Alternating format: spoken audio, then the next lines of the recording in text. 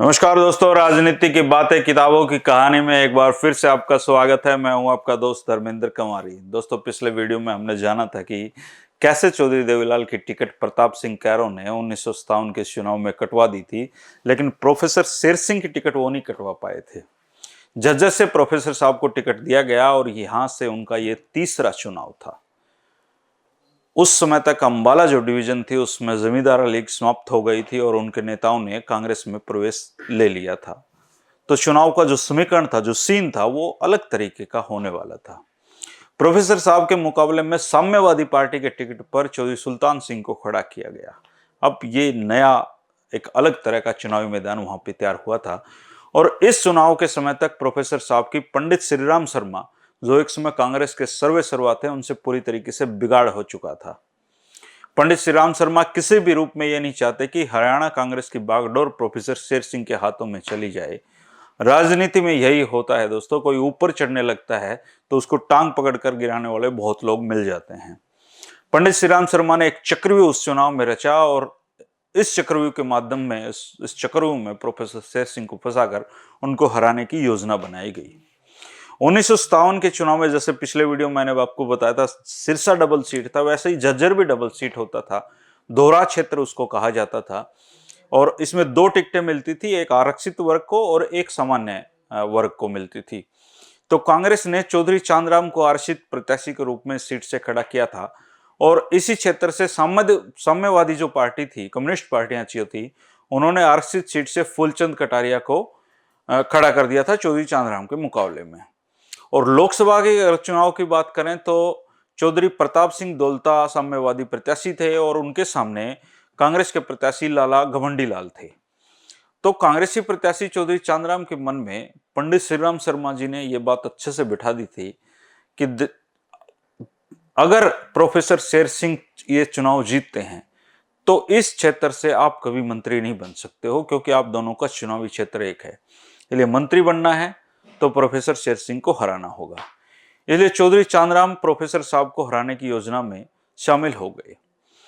राजनीति के रंग जो हैं दोस्तों बहुत क्रूप होते हैं और चौधरी चांदराम को प्रोफेसर शेर सिंह ने पंडित श्रीराम शर्मा के प्रत्याशी बिशंबर का टिकट कटवाकर कांग्रेस का टिकट दिलवाया था। यानी कि चांदराम जी को यह टिकट दिलाने में प्रोफेसर शेर सिंह की अहम भूमिका थी, लेकिन अब ड्राइंग रूम की राजनीति में उनको हराने में लगे हुए थे।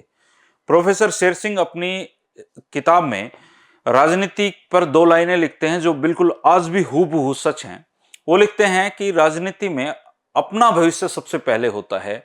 इसको बनाने के लिए अपने साथियों और सहानुभूति रखने वाले व्यक्तियों का गला काटने से भी व्यक्ति नहीं कतराता है। राजनीति में सत्ता हथियाना ही सर्वोपरि है, इसके लिए चाहे सीमा से बढ़कर असामाजिक और अनैतिक साधनों का उपयोग करना पड़े। ऐसा प्रोफेसर शेर सिंह अपनी किताब में लिखते हैं और ये आज की कड़वी सच्चाई भी है। चौधरी चांदराम ने सच्चर को मुख्यमंत्री पद से हटाने के लिए जो हस्ताक्षर अभियान चलाया था, जिसको चौधरी देवीलाल, प्रताप सिंह कैरो और प्रोफेसर शेर सिंह तीनों ने मिलकर उसको चलाया था, उस पर साइन करने के बाद भी फिर सच्चर का जब दबाव पड़ा तो अपने हस्ताक्षर वापस ले लिए थे। इस बात का पता जब चौधरी देवीलाल को लगा तो दबाव में आकर उन्होंने दोबारा हस्ताक्षर कर दिए थे। प्रोफेसर साहब को अपने रास्ते से हटाने के लिए चौधरी चांदराम ने रोहतक में अपना जो निवास स्थान था उस पर एक गुप्त बैठक बुलाई। इस बैठक में आरक्षित वर्ग के प्रमुख लोग सारे बुलाए गए थे झज्जर के, और उन्होंने साफ तौर पे उसमें कहा कि देखो भाई, अगर चांदराम को आप मंत्री के रूप में देखना चाहते हो तो प्रोफेसर को वोट मत देना।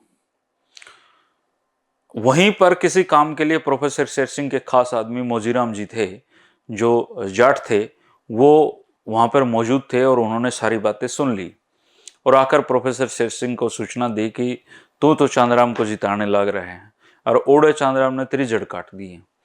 वो सीधे साधे आदमी थे, उन्होंने साफ साफ प्रोफेसर शेर सिंह को बताया कि चौधरी चांदराम के घर पे ऐसे बैठक हुई है और वो आपकी जड़ें काटने में लगे हुए हैं। इधर पंडित श्रीराम शर्मा ने चौधरी चांदराम को विश्वास दिलाया कि वे फूल सिंह को चुनाव क्षेत्र से हटा लेंगे, और प्रोफेसर शेर सिंह को जब इस योजना का पता लगा तो उन्होंने ये कोशिशें आरंभ कर दी कि फूल सिंह बैठने ना पाए। अपनी इस नीति में उनको सफलता भी मिली और फूल सिंह इस चुनाव में नहीं बैठे। जब झज्जर क्षेत्र के जाट मतदाताओं को पंडित श्रीराम शर्मा और चौधरी चांदराम की योजना का पता चला तो पहले एक दिन का मतदान हो चुका था, 8-9 दिन में तब चुनाव होते थे। दूसरे दिन के मतदान में जाट मतदाताओं ने निश्चित किया कि वो चौधरी चांदराम के ढोल में वोट नहीं डालेंगे। अंत में जब चुनाव परिणाम आया तो कांग्रेस की तरफ से प्रोफेसर साहब विजयी घोषित हुए थे, लेकिन चौधरी चांदराम हार गए थे। इनके मुकाबले में फूल सिंह कटारिया विजयी हुए थे। लोकसभा में कांग्रेस प्रत्याशी को हराकर चौधरी प्रताप सिंह दोलता उस समय सफल हुए थे। प्रताप सिंह दोलता की भी अलग कहानी है दोस्तों, कभी मौका और फुर्सत मिली तो उनकी भी कहानी जरूर आपको बताएंगे।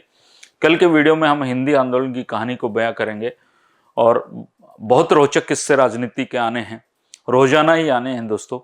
अभी फिलहाल प्रोफेसर शेर सिंह जी की कहानी आगे चल रही है, इस बहाने हरियाणा की राजनीति की कहानी आगे चल रही है। इसके खत्म होने के बाद और किसी की कहानी आएंगी और वो भी ऐसे ही रोमांचक होंगी। तो देखते रहिए हरिभूमि टीवी दोस्तों। चैनल को सब्सक्राइब नहीं किया तो सब्सक्राइब कर लें। मदद करना चाहते हैं मेरी, आपको लगता है कि ये फैलना चाहिए तो इसको 5-4 लोगों को इस वीडियो को शेयर कर दिया करें। इस पर शेयर का बटन है तो ये लोग जुड़ते जाएंगे। बाकी आप जब तक चाहेंगे ये वीडियो चलते रहेंगे दोस्तों। शुक्रिया, कल फिर मिलेंगे 3 बजे। I love Indus because I like Indus. I adore Indus. I admire Indus. I admire my school. I like Indus. Indus is different. आपके बच्चे के सर्वांगीण विकास के लिए सर्वश्रेष्ठ शिक्षा का सर्वोत्तम संस्थान इंडस पब्लिक स्कूल।